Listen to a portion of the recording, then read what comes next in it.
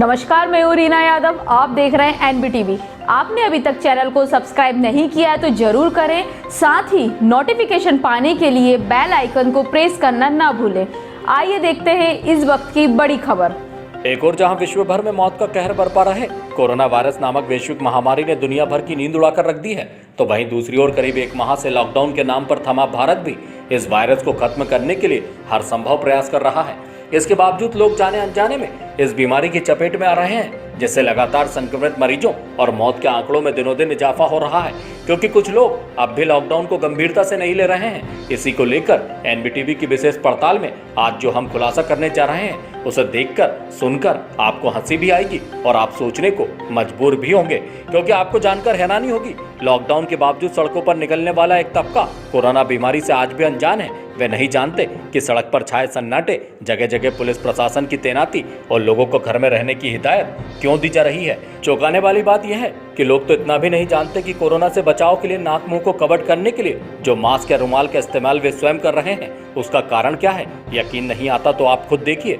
ये नज़ारा किसी पिछड़े या ग्रामीण इलाके का नहीं है, बल्कि होशंगाबाद के पिपरिया का है, जहां चाक चौबंद प्रशासनिक व्यवस्था के बीच बेफिक्र घूम रहे लोगों से जब हमारे संवाददाता लोकेश मालवी ने बात की तो सुने क्या जवाब दिया उन्होंने।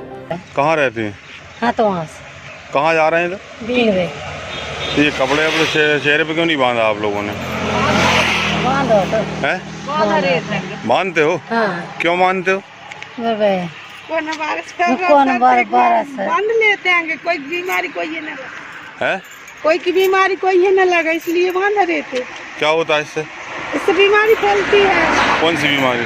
Corona virus. और क्या होता है? अब सर हमें तो इतना ही मालूम है, जितने इतना ही मालूम है कि कपड़ा बांधना है। हाँ। और क्या करना है? एक दूसरे छियो मत सर। और क्या तो ये तो इकट्ठे घूम रहे हो आप लोग सब? सर नहीं, हम तो मोहल्ले के थी। बीमारी नहीं है तो एक कारण हम संग जा रहे दूर जा। बीमारी देखी आपने कैसी? नहीं देखी सर। फिर कैसे बता रहे हो कि बीमारी नहीं है इन लोगों को? बता रहा सर थे कि मार थोड़े। कन्नू सिंह, कहाँ से आ रहे हैं? मैं जो अलीबारी से। अच्छा, ये मुंह पे क्यों बांधा है आपने? वो बीमारी का है। कौन सी? ये वो कोरोना की सफाई की करनी थी। हैं? कोरोना की, इसलिए? हाँ जी। तो कपड़ा बांधना पड़ता है और क्या करना पड़ता है? अब और की मैं नहीं कह सकता क्या करता हैं? और की नहीं कह सकता। नहीं कुछ बीमारी की है, कब बीमारी चल रही है। नहीं, तो अखबार टीवी और सब जगह बताया जा रहा है, लोग सड़क पे खड़े हैं, अधिकारी लोग वो भी समझा रहे हैं। कुछ बताया नहीं अभी तक आपको? नहीं तो मैं तो आली देहात रहता हूँ साहब। ये तो देहात रहते तो जानकारी तो सब लगे पहुंचाई जा रही है। सब गरीब सब मैं समझता हूँ, मुँह बांधने पर है। और क्या करना है? अब और की नहीं कह सकती। मैं तो डिपार्टमेंट हूँ साहब। हाँ, रेलवे बाहर वहाँ को और काकू तो अस्पताल का तो। अच्छा। और मेरे कई काम रहे थे, वो पास भी बनवाऊँ थी। मैं रिटायरमेंट हो चुका हूँ। हाँ और रेलवे से हाँ, ठीक। जाऊँ। नाम है आपको? भैया लाल। अब जिले में आए तो नाम क्या है आपका? भैया लाल। भैया लाल, कहाँ रहते हैं आप? तुम्हारे बता सब्जी लेने आए? हाँ। ये मुंह पे कपड़ा क्यों बांधा है आपने? जी? मुंह पे कपड़ा क्यों बांधा है?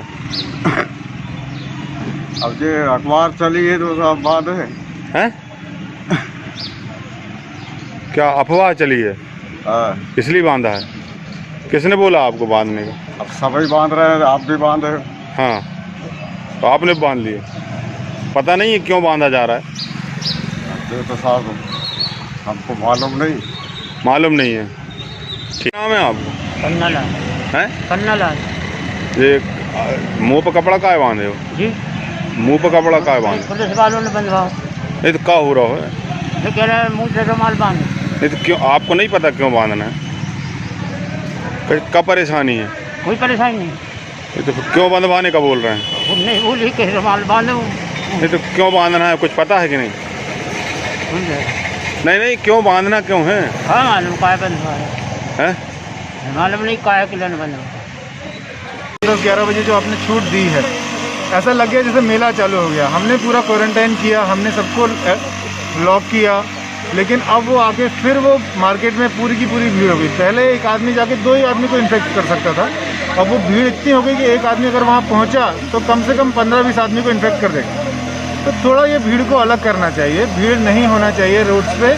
जो हमारा लॉकडाउन करने का जो मेन रीजन है कि भाई भीड़ ना आए कांटेक्ट में, वो जरूर होना चाहिए। क्या निर्देश देना चाहेंगे आपकी ओर से आप हमारा आग्रह ही है कि ये लॉकडाउन को बराबर से अगर हमको सक्षम और वो बनाना है, सफल बनाना है, तो कम से कम पर्सन टू पर्सन कांटेक्ट ना आए, ये ध्यान रखना पड़ेगा।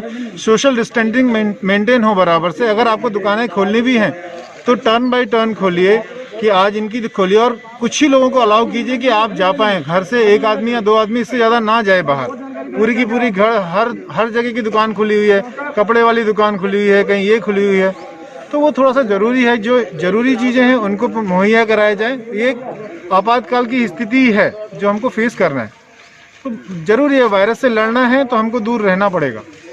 सुना आपने, एक और जहां इस महामारी की रोकथाम में शोध कर रहा विश्व स्वास्थ्य संगठन भी ये स्पष्ट कर चुका है कि कोरोना से संक्रमित होने का सबसे ज्यादा खतरा 50 साल से अधिक उम्र के बुजुर्ग और 10 साल से कम उम्र के बच्चों को है, क्योंकि इस वर्ग के बच्चे या बुजुर्गों में इम्यूनिटी पावर कम होता है, यानी कि रोग प्रतिरोधक क्षमता इनमें कम होती है। लेकिन ऐसे में इन बुजुर्गों का इस खतरनाक महामारी को लेकर जानकारी ना होना कई सवाल तो खड़े करता ही है। साथ ही अब मामला सामने आने के बाद ऐसे लोगों को आखिर कैसे जागरूक किया जाए, इसको लेकर भी स्थानीय प्रशासन को सचेत होना होगा, क्योंकि इस जानलेवा बीमारी से अनजान ये लोग कब अपनी और अपने परिवार की जान को खतरे में डाल लें, इसका अंदाजा फिलहाल इन्हें भी नहीं है। एनबीटीवी निष्पक्षपात एक बार फिर आप सभी से अपील करता है कि अगर आपके घर में भी ऐसे बड़े और बुजुर्ग सदस्य हैं जो लॉकडाउन के बावजूद अपने घूमने फिरने की आदत को बनाए हुए हैं और इस बीमारी के खतरे से अनजान हैं, तो कृपया उन्हें जागरूक करें, समझाएं, जिससे आप, हम और ये देश इस महामारी पर विजय पा सके। पिपरिया से एनबीटीवी के लिए लोकेश मालवी की खास रिपोर्ट। नहीं, सबसे पहले तो मैं शासन को धन्यवाद देना चाहता हूँ कि यहाँ बहुत अच्छी तरह व्यवस्था है, समाज भी सहयोग कर रहा है। अब कुछ लोग थोड़े से हो जाते हैं, दिक्कत का विषय है, हम उनसे भी हाथ जोड़कर निवेदन करना चाहते हैं कि वो भी सहयोग करें। मेरी बार बार पिपरिया और विधानसभा से अनुरोध करता हूँ, विनती करता हूँ कि हम सहयोग करें, क्योंकि कोरोना से यदि लड़ना है तो हम घर बैठ के लड़ सकते हैं।